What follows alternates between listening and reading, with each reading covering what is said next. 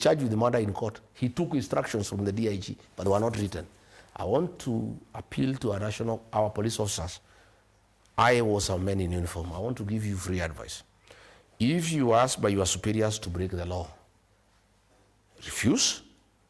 If they insist, ask them to give you instruction in writing, either through a letter or a signal or a WhatsApp message, and you preserve it. I want to ask our police officers to agree to use 5 documents in the course of their duty. The Constitution of Kenya, the Criminal Procedure Code Cap 75, the Evidence Act Cap 80, and of course the service standing orders that guide day-to-day police operations. And where's the Independent Policing Oversight Authority? Now that is the other issue. In fact, it's good you have raised that issue. The Independent Police Oversight Authority is supposed to investigate police excesses. We have been attacked several times. We have gone to them, no action. In fact, this one of Central Police Station is the only issue they have taken seriously, and we want to commend them. But Murkomen had connived with the head of public service, Felix Koskei, and actually put IPOA under the Ministry of Interior to supervise how do you get an independent body that is supposed to oversight the police and put it under Interior. But that move was annulled by the courts. Yeah, yes. Yeah, but you can see how mischievous Murkomen is, because he knows he is misusing the National Police Service. And the officers are saying, no, we are unable to carry out some of these covert operations against the law, against the people of Kenya, because we have IPOA, it can take us to court. Then Murkomen says, no, don't worry.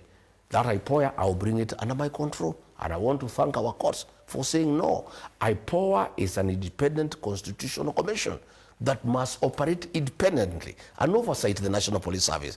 So this Murkomen is a very mischievous character. So how will you strengthen... He's one of the greatest mistakes that has ever happened in this country. How will you strengthen this IPOA? Because independent is just no, there. Even now, even the people in that IPOA, some of them, like the vice chairman, is very close to William Ruto. She's from Kitale. She's called Wanjiku. They are very close. So he cannot be independent. He picked his friends to be in the IPOA. So what we'll do, my brother Rogers, next year, God being gracious and giving us an opportunity to form the next government through the acceptance of the people of Kenya, we intend to strengthen constitutional commissions and independent offices and really allow those offices to function. The IG is supposed to be independent. The minister should only comment on matter policy. Murkomen is commenting on all matters, including operation. That is not his work. He is supposed to make sure they have proper funding. He is supposed to make sure they have developed the right policies in terms of training, in terms of mechanization of equipment, in terms of relating with other agencies. That is his role.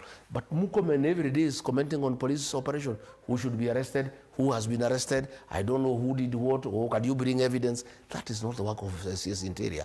The National Police Service is supposed to be an independent office to operate independently. IPOA is an independent constitutional office. We would want, when we form government next year, and that's how Mwai Kibaki succeeded. I really admire President Mwai Kibaki. He let everybody be. He let ministers work. He let PSs work. He allowed independent bodies to work. He did not capture parliament. He did not capture the judiciary. He did not capture oversight bodies.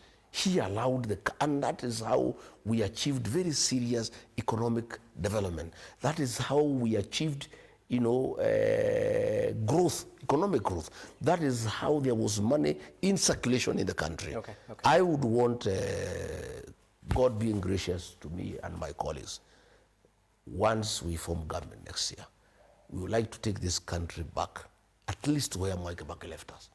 Yeah. I was waiting to hear about issues to do with understaffing, underfunding, because IPOA is really struggling with it. But let's see if...